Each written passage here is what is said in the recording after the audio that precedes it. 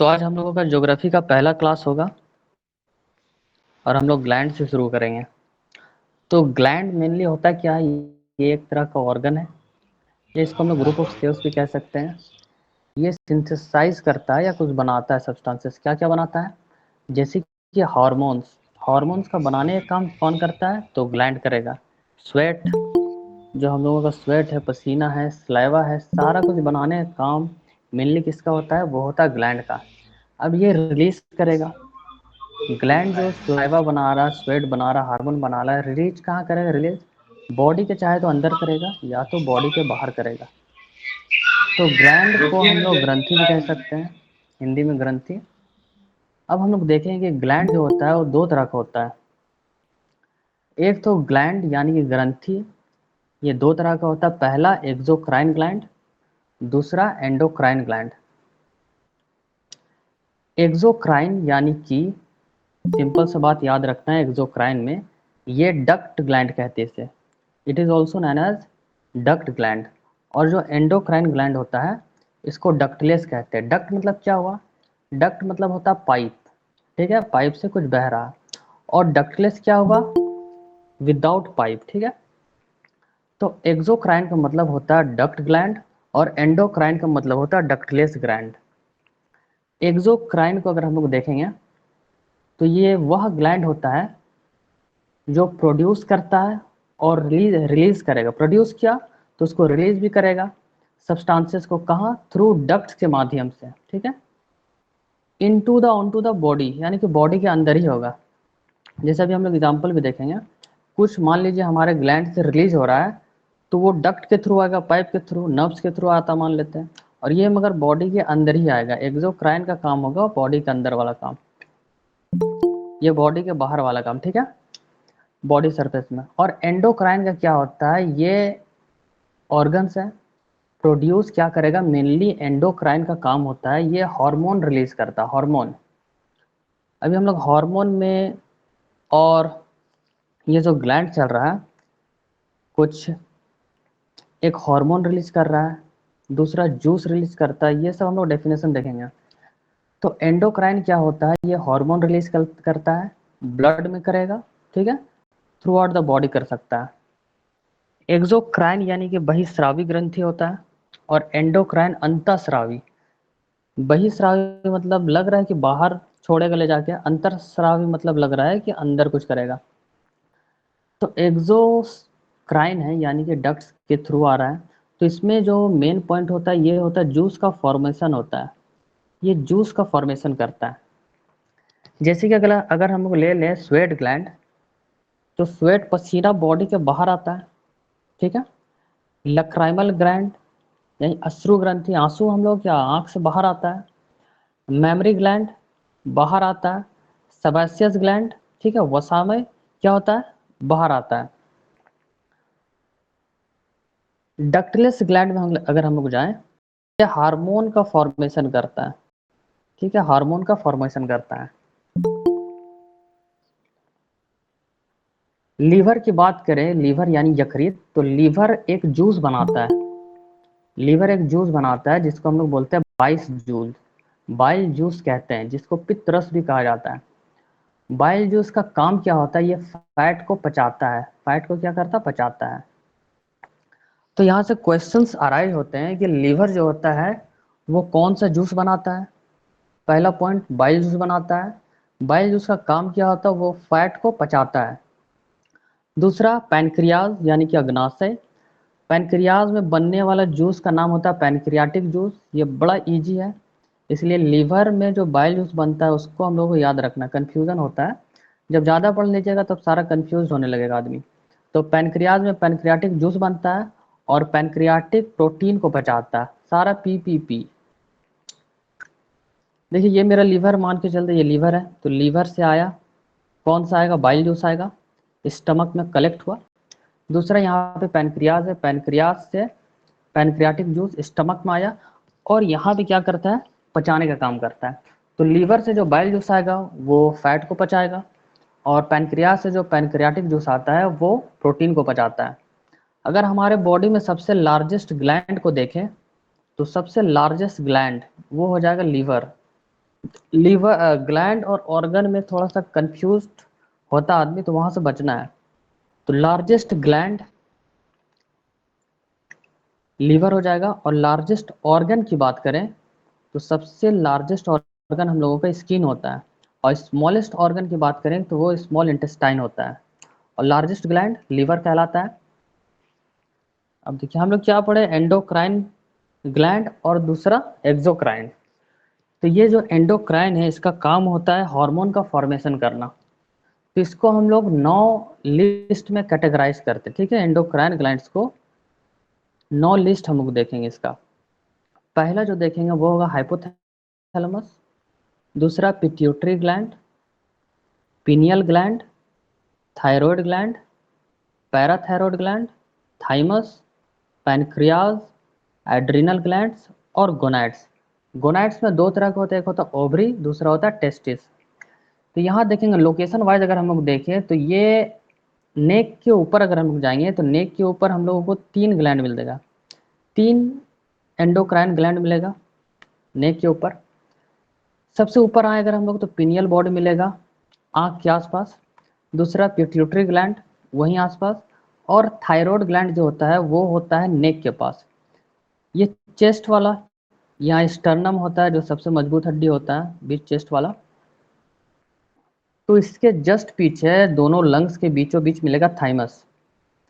Adrenal kidney के ऊपर मिलता है, और ये वाला पैनक्रियाज है, आप लोग जानते होंगे। ये ओवरी है और ये टेस्टिस है, तो इसका लोकेशन ये कहलाता है।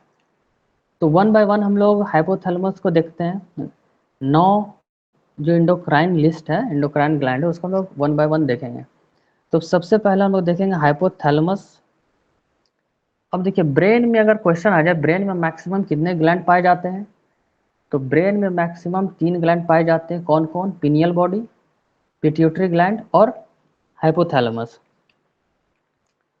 Hypothalamus is a minute region, यानी कि बड़ा छोटा सा होता है, बड़ा छोटा सा होता है, सूक्ष्म क्षेत्र लिखा हुआ है, छोटा सा होता है, ऑलमोस्ट एक आलमंड के साइज के जैसा होता है। Present at the centre of the human brain, जो हम लोगों का ब्रेन होता है उसके एकदम बीचों बीच होता है, पिट्यूटरी ग्लैंड के आसपास, ठीक है। इतना सा जानना, हाइपोथैलेमस छोटा सा होता है, एक आलमंड के साइज के जैसा है, और ब्रेन के बीचों बीच पाया जाता है। क्वेश्चन अराइज कहाँ पे होगा? लार्जेस्ट एंडोक्राइन ग्लैंड, यानी कि सबसे बड़ी अंतःस्रावी ग्रंथि। तो लार्जेस्ट एंडोक्राइन, अभी तक हम लोग देख रहे थे कि लार्जेस्ट ग्लैंड कौन होगा? तो लीवर। लार्जेस्ट ग्लैंड हमारा लीवर होगा। मगर यहाँ पे आप लोग देखेंगे कि लार्जेस्ट एंडोक्राइन ग्लैंड, एंडोक्राइन लग गया, तो एंडोक्राइन की लिस्ट में सबसे जो बड़ा होगा वो होगा थायराइड ग्लैंड, ठीक है। स्मॉलेस्ट एंडोक्राइन ग्लैंड जिसमें होगा पिनियल बॉडी। पिनियल बॉडी एक स्मॉलेस्ट एंडोक्राइन ग्लैंड की लिस्ट में भी आता है, और सबसे छोटा ग्लैंड की बात करें तो भी पिनियल बॉडी ही आता है।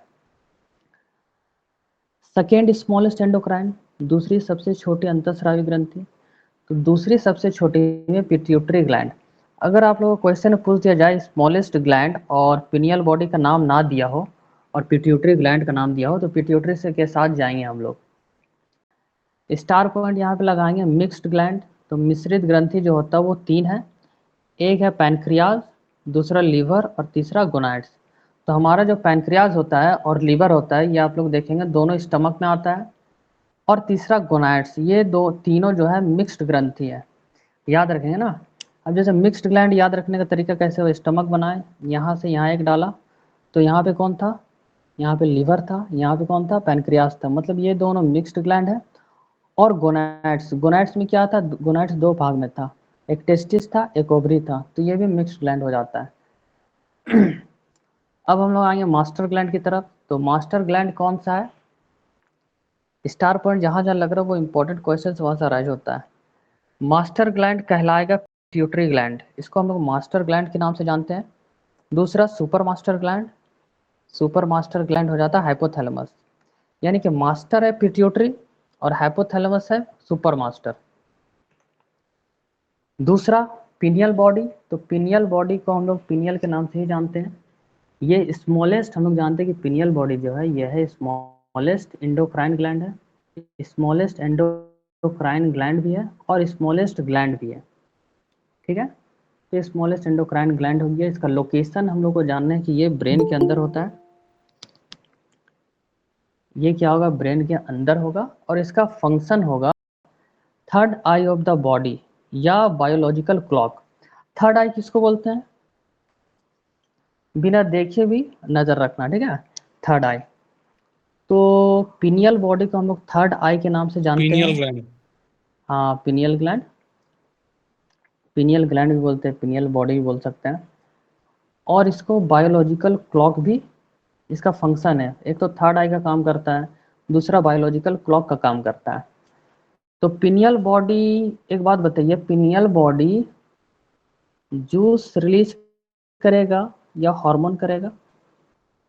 हार्मोन। वन। हाँ, हार्मोन क्यों करेगा, क्योंकि ये एंडोक्राइन की लिस्ट में आता है। एंडोक्राइन का काम क्या होता है, अंदर अंदर अंदर अंदर क्या करेगा, हार्मोन रिलीज करेगा। एक्सोक्राइन मतलब बाहर बाहर, बाहर बाहर क्या करेगा, पसीना, ठीक है, आंसू, ये सब रिलीज करता है। तो पिनियल बॉडी जो है वो हार्मोन रिलीज करेगा, और हार्मोन रिलीज करेगा तो ये दो हार्मोन रिलीज करेगा। पहला, एक है मेलाटोनिन, दूसरा सेरोटोनिन, ठीक है। पहला मेलाटोनिन, दूसरा आ जाता है सेरोटोनिन। अगर कह दे कि मेलाटोनिन कौन रिलीज करता है, तो सीधा सीधे पिनियल बॉडी।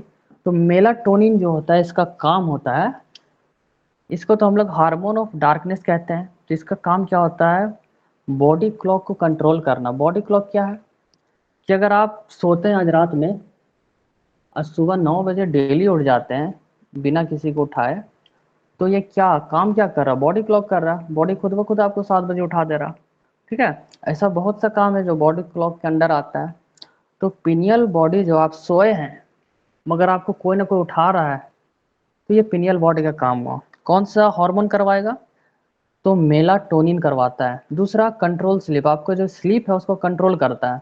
अच्छा नींद आएगा, नींद नहीं आएगा, सारा पिनियल बॉडी पे डिपेंड करता है। इसे हार्मोन ऑफ डार्कनेस भी कहते हैं। स्लीप से रिलेट करेंगे तो हार्मोन ऑफ डार्कनेस, ठीक है। दूसरा सेरोटोनिन, सेरोटोनिन का काम होता है फील गुड हार्मोन कहते हैं इसे। अगर आपको अच्छा लग रहा, फील हो रहा है, तो सारा काम सेरोटोनिन का हो रहा, ठीक है। इससे होने वाला डिजीज मेन कहलाता है, इससे होने वाला डिजीज। अगर आपको हाइपो, देखिए यहाँ एक हाइपो है, एक हाइपर है। किसी को बोलते नहीं ये हाइपर हो रहा है, हाइपर मतलब ज़्यादा, ज़्यादा हो रहा है, ठीक है। हाइपर मतलब ज़्यादा, और हाइपो मतलब हो गया कम। तो हाइपो सिक्रीशन मतलब अगर कम सिक्रीट होने लगे, कम उसका बहाव होने लगे। मेलाटोनिन अगर कम निकलेगा, मेलाटोनिन अगर कम रिलीज होगा बॉडी में, तो क्या हो सकता है, स्लीप को कंट्रोल कौन करता है, मेलाटोनिन। अगर मेलाटोनिन आपकी बॉडी पे कम रिलीज होगा तो आपका नींद गड़बड़ा जाएगा, नींद क्या होगा, कम आने लगेगा, आपको नींद ही नहीं आएगा, ठीक है। और मेलाटोनिन ज़्यादा होगा तो आपको नींद आएगा। तो मेलाटोनिन की कमी से जो आपका नींद है वो डिस्टर्ब हो जाएगा, नींद आपको आएगा नहीं। तो उससे जो डिजीज होगा वो कहलाएगा इंसोम्निया, ठीक है। इंसोम्निया डिजीज है जिसमें नींद नहीं आता। दूसरा, हाइपर सिक्रेशन। अगर हाइपर सिक्रेशन का केस आ जाए, यानी कि मेलाटोनिन बढ़ जाए, मेलाटोनिन बॉडी ज़्यादा रिलीज कर रहा, मेलाटोनिन रिलीज हो रहा हो रहा हो रहा, तो क्या होना चाहिए, आपको नींद पे नींद आएगा, नींद पे नींद आएगा। और जब आप ज़्यादा सोकर उठेंगे तो होता क्या है, जब ज़्यादा सोकर उठेंगे तो आपको इरिटेट होने लगता है, तो आपको इरिटेशन होगा। कभी शाम के वक्त में ज़्यादा सो जाएं तो आप उठेंगे तो आपको देखिए, आपको फील हुआ होगा कि इरिटेट सा लग रहा, थोड़ा इरिटेशन हो रहा। दूसरा, एबनॉर्मल बॉडी क्लॉक भी एबनॉर्मल हो जाएगा, मेलाटोनिन बढ़ जाए घट जाए, सारा मामला गड़बड़ा जाएगा। तो अगर आपको वेल ज़िंदगी चाहिए, बैलेंस ज़िंदगी, तो आपको बैलेंस में चलना होगा, सारा कुछ बैलेंस चलना रखना होगा। तो पिनियल बॉडी का काम समझ में आया। पिनियल बॉडी से दो हार्मोन रिलेशन है, इसका इससे रिलेशन है, एक है मेलाटोनिन, दूसरा है सेरोटोनिन। थर्ड आते हैं हम लोग थायराइड ग्लैंड। थायराइड ग्लैंड जो होता है, ग्लैंड यानी ग्रंथि, तो इससे जो हार्मोन निकलता है वो दो हार्मोन निकलेगा। अब देखिए, थायराइड ग्लैंड का प्राइमरी फंक्शन ही होता है, थायराइड ग्लैंड का सिक्रीट टू हार्मोन्स, दो हार्मोन इसका सिक्रीट करना इस प्राइमरी फंक्शन होता है। पहला हार्मोन सिक्रीट करेगा थायरोक्सिन, दूसरा कैल्सिटोनिन। आप लोग देखे होंगे घर में अगर किसी को थायराइड होगा तो वो जो है टैबलेट खाते वो थायरोक्सिन का खाते हैं, ठीक है, थायरोडिनियम होता है, उसमें थायरोक्सिन होता है। थायरोक्सिन का काम क्या होता है? मेटाबॉलिज्म को कंट्रोल करना। मेटाबॉलिज्म यानी कि क्या हुआ, चयापचय, चयापचय बोलेंगे मेटाबॉलिज्म को, चयापचय।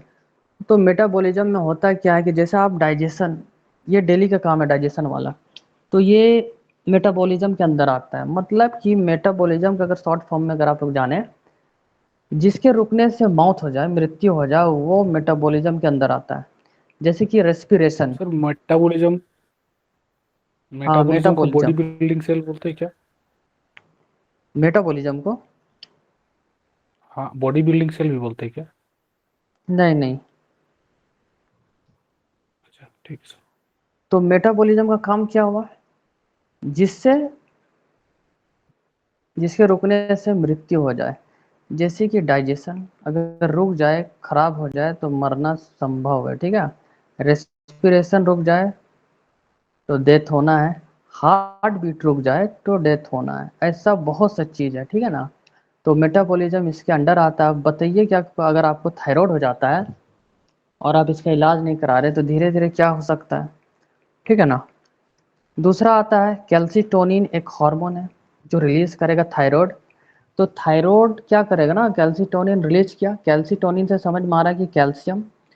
तो जो हमारे ब्लड में जो कैल्शियम होगा, हमारे ब्लड में कुछ ना कुछ कैल्शियम है, तो ब्लड से क्या करेगा, कैल्सीटोनिन का काम बता रहे हैं कि वो कैल्शियम को बोन्स तक ले जाएगा, ब्लड से बोन्स तक पहुंचाएगा। कौन पहुंचाएगा? कैल्सीटोनिन, कैल्शियम को पहुंचाएगा। अब ब्लड में ज़्यादा कैल्शियम हो गया तो उसको बैलेंस करना है, तो कुछ कैल्शियम को बोला बोन्स के पास चल जाओ, तो कैल्सीटोनिन कैल्शियम को बोन्स के पास ले जाता है। और बोन्स क्या करता है, जब कैल्शियम बोन्स के पास जाएगा तो बोन्स मजबूत होता है। तो दूसरा काम हो गया। अब देखिए, ये थायराइड ग्लैंड, ये डक्टलेस एंडोक्राइन ग्लैंड होगा। थायराइड किसके अंदर आता है? एंडोक्राइन ग्लैंड के अंदर आता है। और एंडोक्राइन कैसा होता है? डक्टलेस होता है। नलिका विहीन हो गया, अंतःस्रावी ग्रंथि हो जाता है। सिचुएटेड इन द एंटीरियर और front portion of the neck, ठीक है। तो ये क्या है कि नेक के फ्रंट पोर्शन अंदर में होगा, मगर फ्रंट पोर्शन में होगा थायराइड ग्लैंड। अब यहाँ पे एग्जाम पॉइंट ऑफ व्यू से बटरफ्लाई शेप का होगा। थायराइड ग्लैंड जो होता है वो बटरफ्लाई शेप का होगा, पहला। दूसरा एच शेप का होगा, ये एच आपको दिख रहा होगा, एच, एच दिख रहा है ना, ये वाला। और इसको हम लोग लार्जेस्ट एंडोक्राइन ग्लैंड भी कहते हैं। थायराइड ग्लैंड को एडम्स एप्पल के नाम से भी जाना जाता है। मान लीजिए हम लोग बोल रहे थायराइड ग्लैंड, तो इसको हम लोग एडम्स एप्पल भी कह सकते हैं, ठीक है। तो इसका दूसरा नाम हो गया एडम्स एप्पल। अब देखिए कि ये एच है, तो यहाँ पे आपको नजर आएगा 4 लोब है, 1 लोब, 2 लोब, 3 लोब, 4 लोब, ठीक है। तो इसको हम लोग आगे पढ़ते, पैराथर्मोन होता है। क्वेश्चन एक अराइज होगा कि विच mineral is needed for the synthesis of the hormone thyroxine. ये जो थायरोक्सिन हार्मोन है, इसको सिंथेसिस करने में कौन से मिनरल का ज़रूरत पड़ता है? थायरोक्सिन हार्मोन को सिंथेसिस में आयोडीन नामक एक मिनरल है, उसका ज़रूरत पड़ता है, ठीक है। थायरोक्सिन हार्मोन के संश्लेषण के लिए कौन सा खनिज आवश्यक है? तो आयोडीन। इससे होने वाली डिजीज, डिजीज में क्या होगा, एक होता है हाइपोथायरॉयडिज्म, यानी कि मैक्सिमम बढ़ जाना। हाइपो यानी कमी, हाइपो यानी कमी, और हाइपर मतलब बढ़ जाना। तो हम लोग हाइपो की बात करेंगे तो हाइपो में क्या होगा, अगर 2 हार्मोन है थायराइड के पास, एक है थायरोक्सिन, दूसरा है कैल्सीटोनिन। तो हम लोग थायरोक्सिन की बात करते हैं, तो थायरोक्सिन कम हो गया। अब जैसे ही थायरोक्सिन कम होता है तो क्या होगा, मेटाबॉलिज्म स्लो हो गया। जैसे ही मेटाबॉलिज्म स्लो हुआ, आपको वेट गेन होने लगेगा, ठीक है।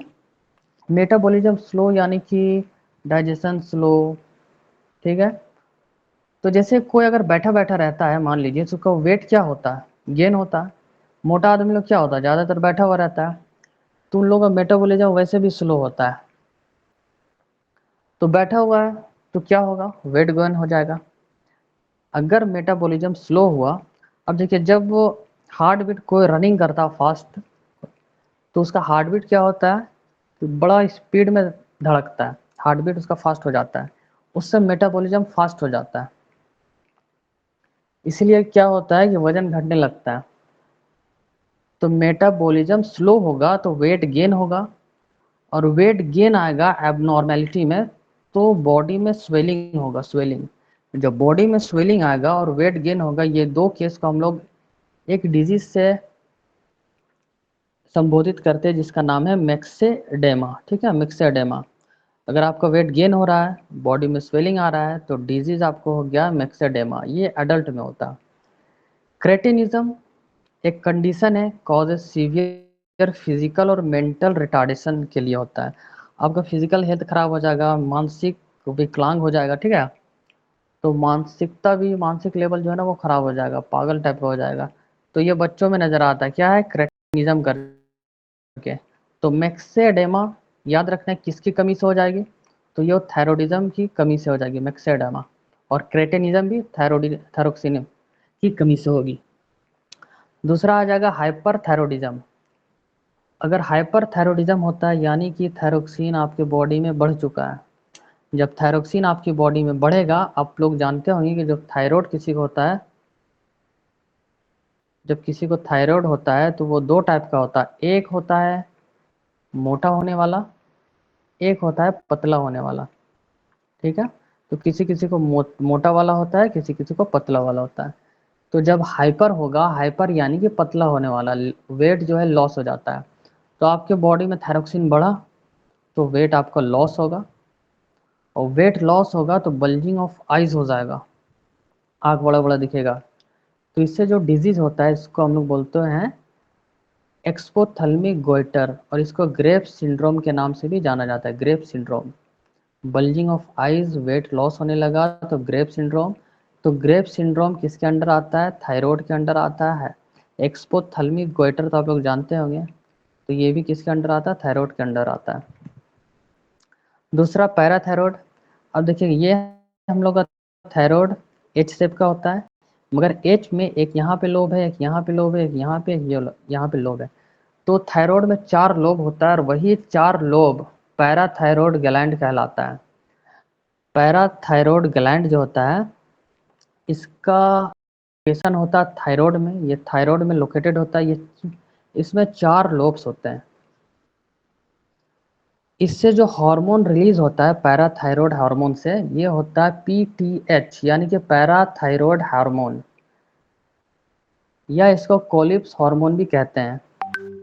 इसका काम क्या होगा, काउंटर एक्ट कैल्सिटोनिन। देखिए यहाँ पे मेरा ब्लड था, लास्ट वाली केस में कैल्सिटोनिन को देखेंगे, यहाँ पे ब्लड था, यहाँ पे क्या था, बोन था। तो कैल्सिटोनिन क्या कर रहा था, कैल्शियम को, कैल्सिटोनिन का काम हो रहा था कैल्शियम को ब्लड से बोन तक ले जा रहा था। मगर पैराथायरॉयड उल्टा काम करेगा, जो बोन में एक्स्ट्रा कैल्शियम होगा उसको ब्लड तक पहुंचाएगा। ठीक है, तो इसका रिवर्स काम होता है।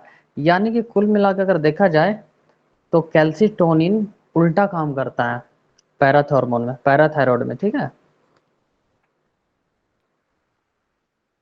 Transportation of calcium from bones to blood that is help in the formation of bones. ठीक है,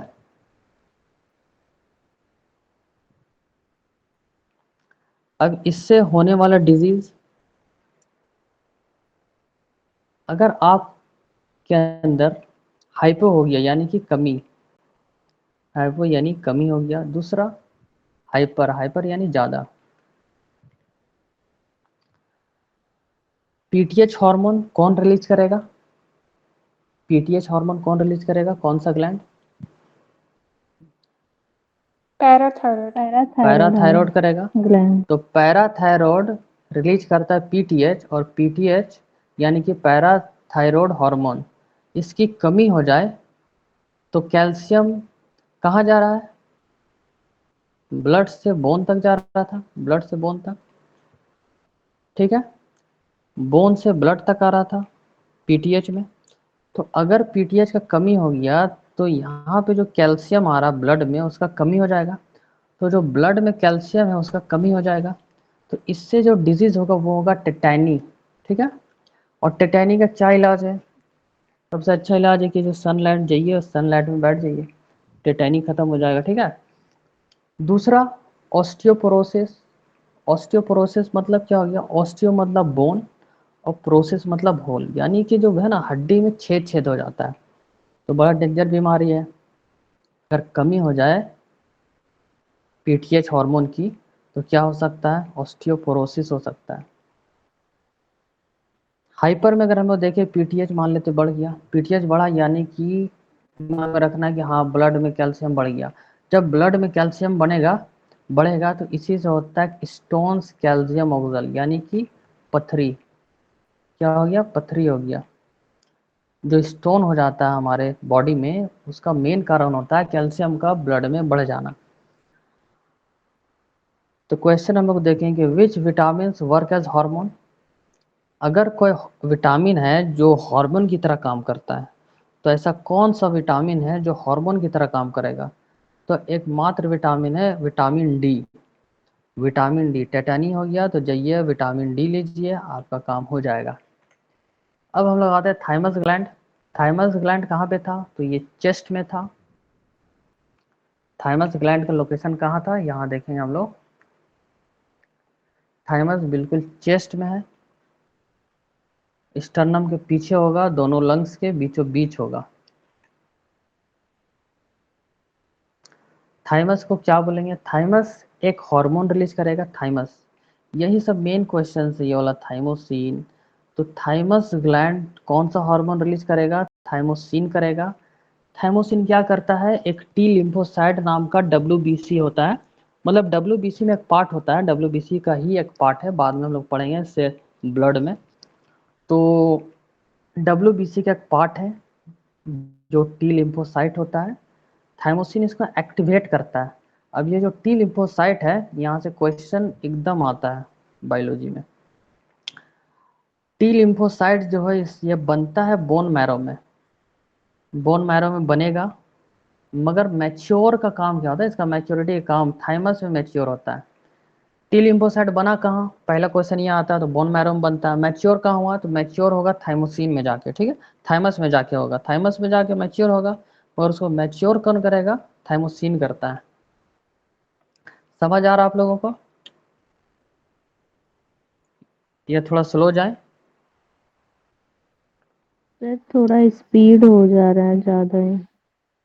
अच्छा ठीक है, हम थोड़ा स्लो करते हैं।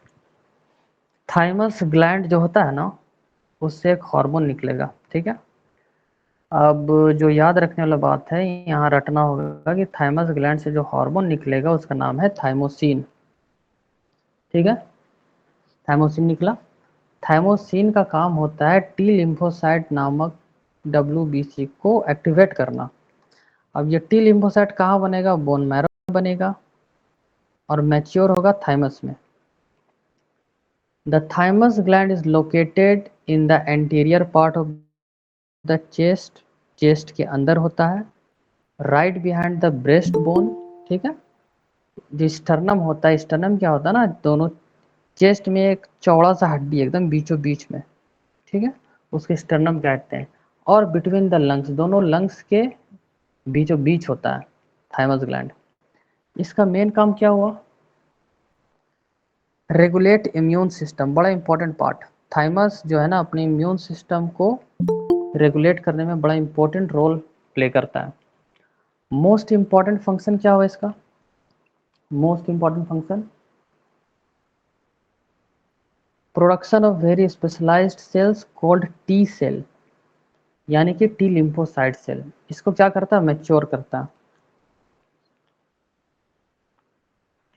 किसी को समझ ना आना ना आए तो तुरंत आप लोग बताइएगा कि थोड़ा फास्ट चल रहे हैं, स्लो चल रहे हैं, समझ नहीं आ रहा, तो रिपीट करेंगे, ठीक है। लाइव क्लास का यही मतलब होता है।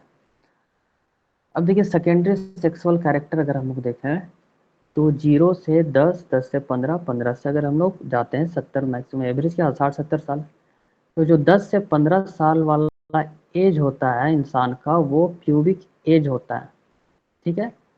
इसमें जुवेनाइल हार्मोन रिलीज होता है जिसको हम लोग थाइमोसिन हार्मोन भी कहते हैं। देखिए ये जो हम लोग अभी पढ़े थाइमोसिन हार्मोन को हम लोग जुवेनाइल हार्मोन भी कहते हैं।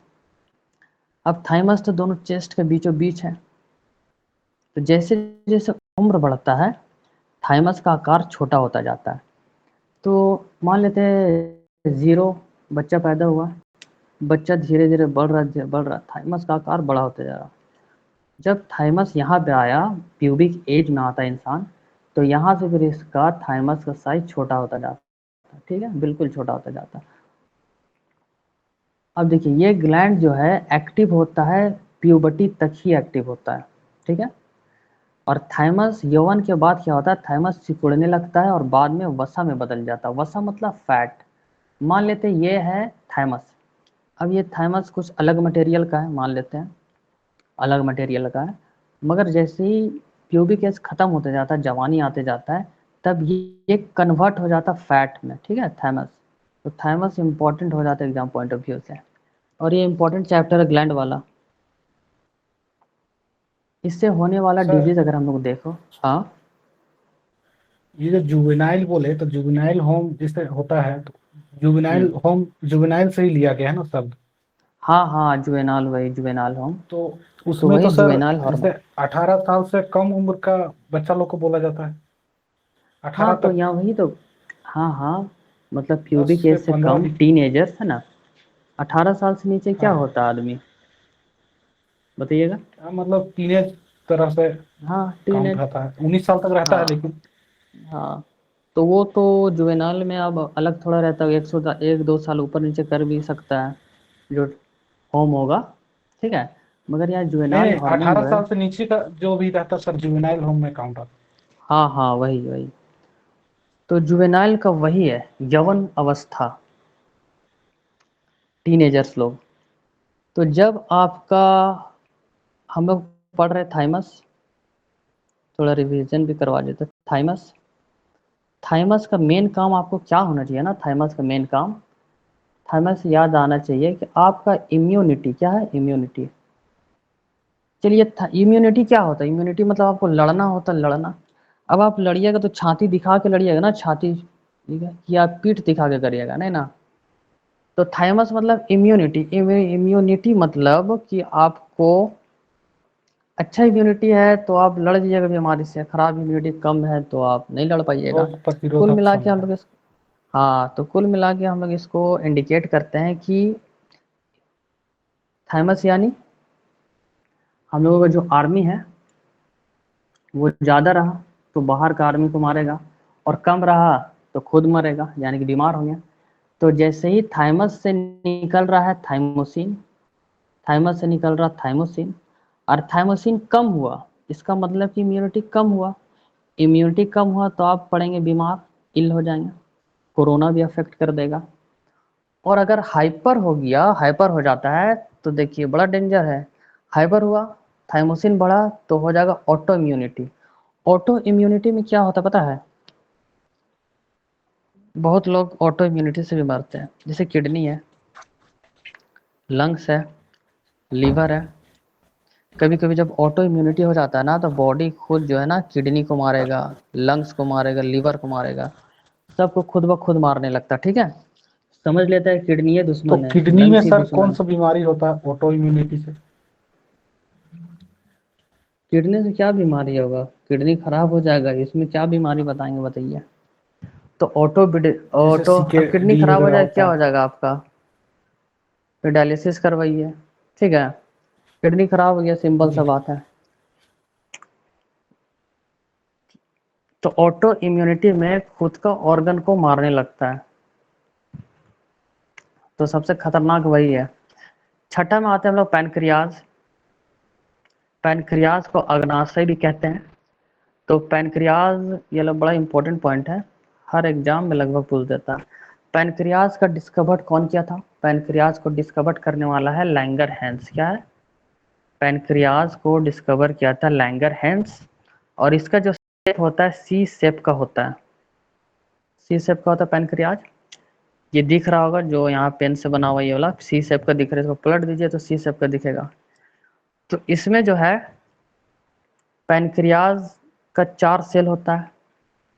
एक हो जाता अल्फा सेल, एक होता alpha cell, beta cell, gamma cell और एफ सेल होता है। तो पैनक्रियाज में 4 सेल होता है, अल्फा बीटा गामा और लास्ट में एफ लगा दीजिए, एफ सेल। तो ये मान लेते हैं ये छोटा छोटा जो इसको सेल ऑफ लैंगरहैंस कहते हैं, ठीक है। मान लीजिए पैनक्रियाज है पूरा, तो ये सेल से बना हुआ है ना, तो ये जो छोटा सा सेल होता है ना उसको सेल ऑफ लैंगरहैंस कहते हैं, लैंगरहैंस के नाम से जाना जाता है, सेल ऑफ लैंगरहैंस। तो सेल ऑफ पैनक्रियाज में अगर हम लोग देखें तो 4 सेल हुआ। पहला सेल हो जाता है मेरा अल्फा सेल ऑफ लैंगरहैंस, ठीक है, अल्फा सेल ऑफ लैंगरहैंस। ये जो हार्मोन रिलीज करेगा, इससे हार्मोन रिलीज होता है जिसका नाम है ग्लूकागोन। देखिए थोड़ा रटने वाला भी चीज़ है, ठीक है ना। तो जब आप लोग पढ़ेंगे तो थोड़ा सा एक दो बार रिवीजन करना पड़ेगा, बाकी तो हम लोग टेस्ट वगैरह लेकर रिवीजन करवा ही देंगे। तो पहला cell alpha cell of Langerhans होता है, इसमें इससे जो हार्मोन रिलीज होगा वो होगा ग्लूकागोन, अल्फा ग्लूका, ठीक है। दूसरा बीटा सेल ऑफ लैंगरहैंस से रिलीज होने वाला है इंसुलिन, बड़ा important. Third gamma cell of Langerhans से रिलीज होगा सोमैटोस्टैटिन। अब देखिए जो हिंदी वाले प्लेयर है ना, तो कैसे लिखेंगे, सोमैटोस्टैटिन, ठीक है ना, तो ऐसे लिखेंगे। तो आप लोग खुद लिख लीजिएगा हिंदी वाला, क्योंकि जो हिंदी है वो हम डाल दिए, बाकी इंग्लिश है तो इसी का हिंदी होगा। गामा सेल ऑफ लैंगरहैंस में होता है सोमैटोस्टैटिन, इस सब का काम अभी हम लोग आने वाले स्लाइड्स में देखेंगे। और लास्ट हो जाता है एफ सेल ऑफ लैंगरहैंस, ठीक है। ठीक है, फंक्शन ऑफ इंसुलिन हम लोग देखते हैं। इंसुलिन तो आप लोगों को मैक्सिमम लोगों को पता होगा कि फंक्शन क्या होता है इंसुलिन का फंक्शन।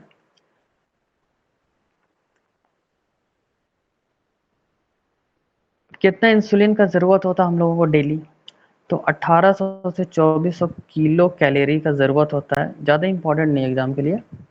इसका मेन पॉइंट यहाँ से शुरू होता है इंसुलिन का, कि मान लीजिए किसी को शुगर हो गया, XYZ इंसान है, इसको शुगर हो गया।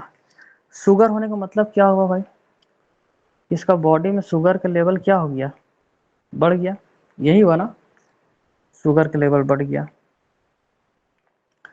अब शुगर का लेवल बढ़ा तो इसको करना क्या है, शुगर का लेवल डाउन करना है मेडिसिन देके, ठीक है। मेडिसिन देके क्या होगा, शुगर का लेवल डाउन करना होगा।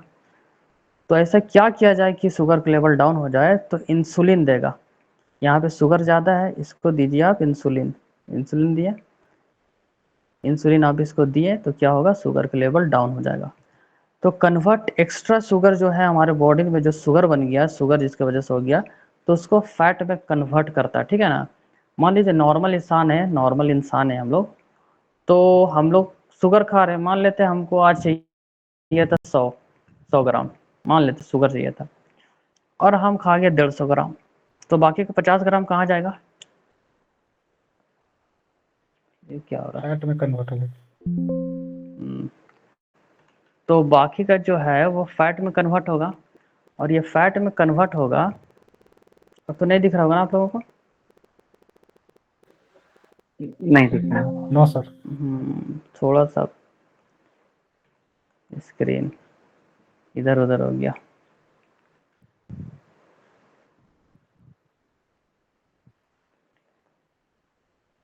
हम लोग कहाँ पे पढ़ रहे थे, थोड़ा सा मामला गड़बड़ा एक्स्ट्रा जाता है। फैट में कन्वर्ट हो जाता है शुगर।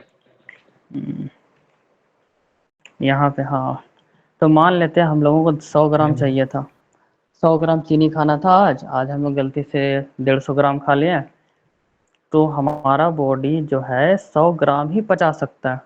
तो बाकी का 50 ग्राम कहाँ जाएगा, बाकी का 50 ग्राम इंसुलिन आएगा, इंसुलिन आएगा, इंसुलिन, इंसुलिन आया और शुगर को फैट बना देगा, ठीक है।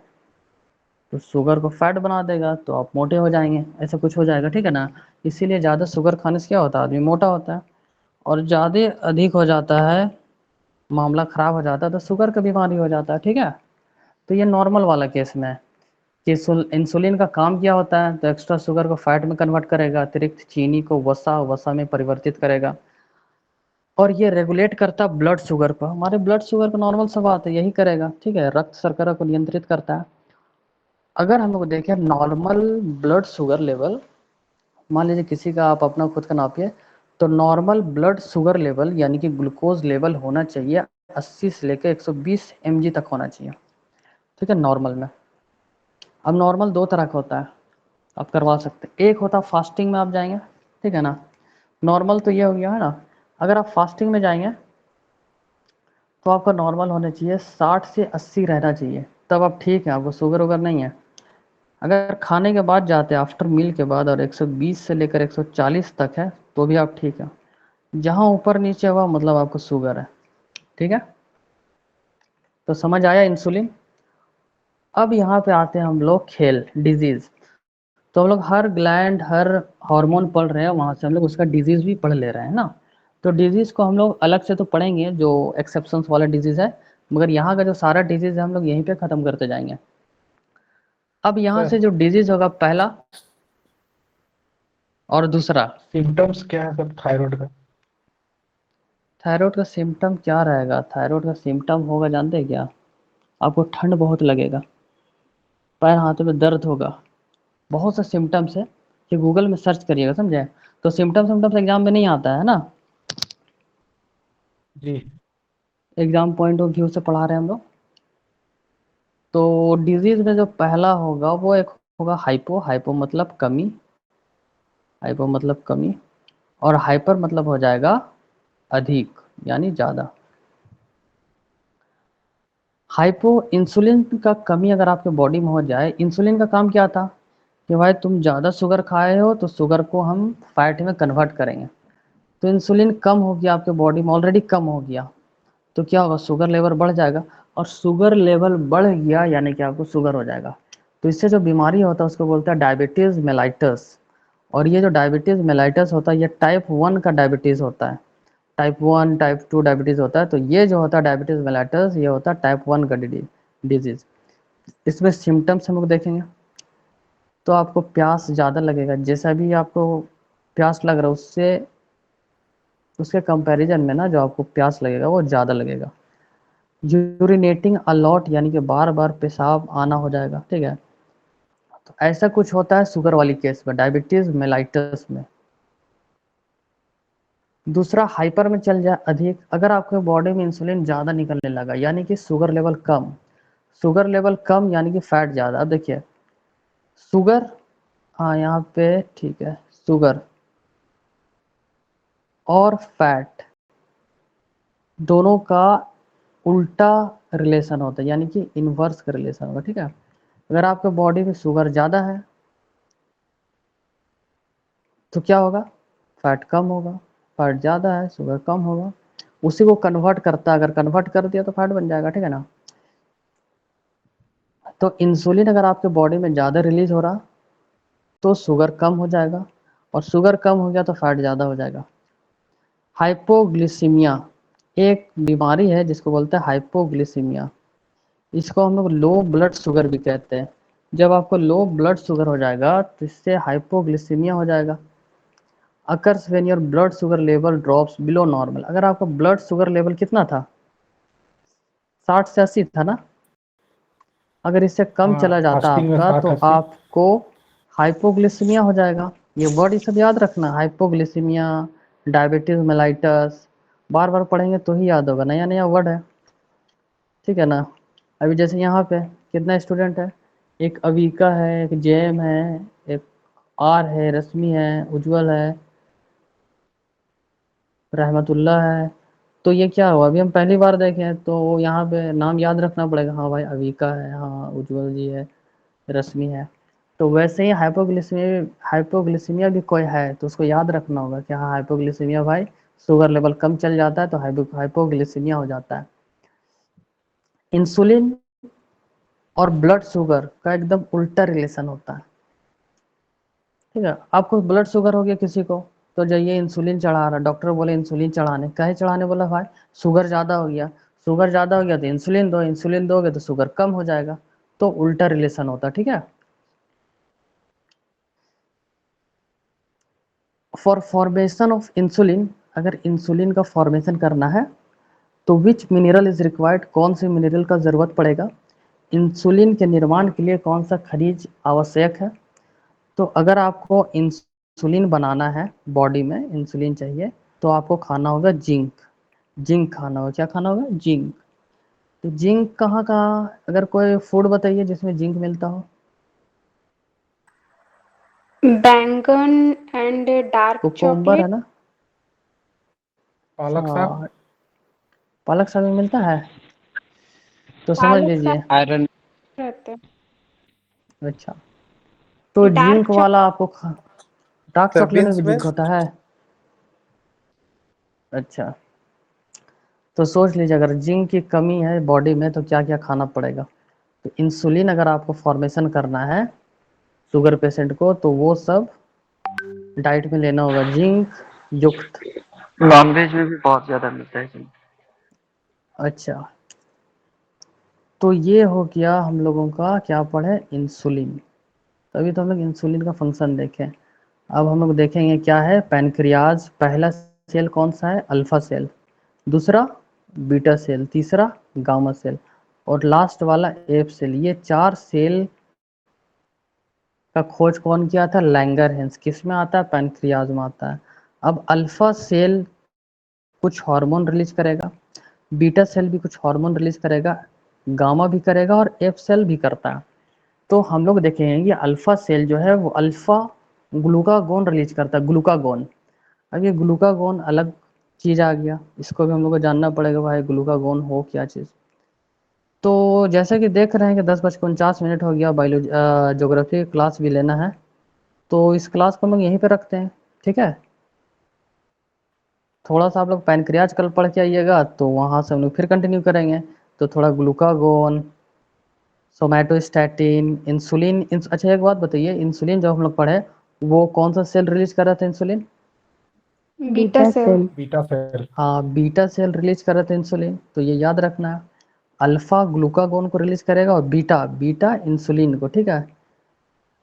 बीटा बीटा यानी किसको पीटा? इंसुलिन ने शुगर को पीटा, ठीक है? ऐसे याद रख सकते हैं। तो आज का बायोलॉजी क्लास हम लोग यहीं रखते हैं, और 11 बजे क्लास करना है, 11 बजे आप लोगों को। यस सर, अगर पॉसिबल होगा तो। जी सर। हाँ, तो स्टार्ट करते हैं हम लोग। 10 मिनट में हम लोग ज्वाइन करते हैं ज्योग्राफी क्लास। ज्योग्राफी में हम लोग पढ़ेंगे फॉरेस्ट। फॉरेस्ट पढ़ना है आज। उसके बाद हम लोग को सॉइल। तो आज हम लोग को फॉरेस्ट पढ़ना है, फॉरेस्ट खत्म करेंगे। कल से हम लोग का इंटरेस्टिंग टॉपिक चालू होगा, सॉइल, ठीक है? आज थोड़ा समझने वाला है तो समझेंगे, कल से हम लोग सॉइल स्टार्ट करेंगे, ठीक है? तो आज का क्लास यहीं पर रखते हैं। आप लोग जाइए मत, बस 10 मिनट शांत से रहिए, ठीक है? म्यूट कर दे रहे हैं, ठीक है? जी। ठीक, थोड़ा घूम फिर के आप लोग आ लीजिए, रेस्ट कर लीजिए, है ना?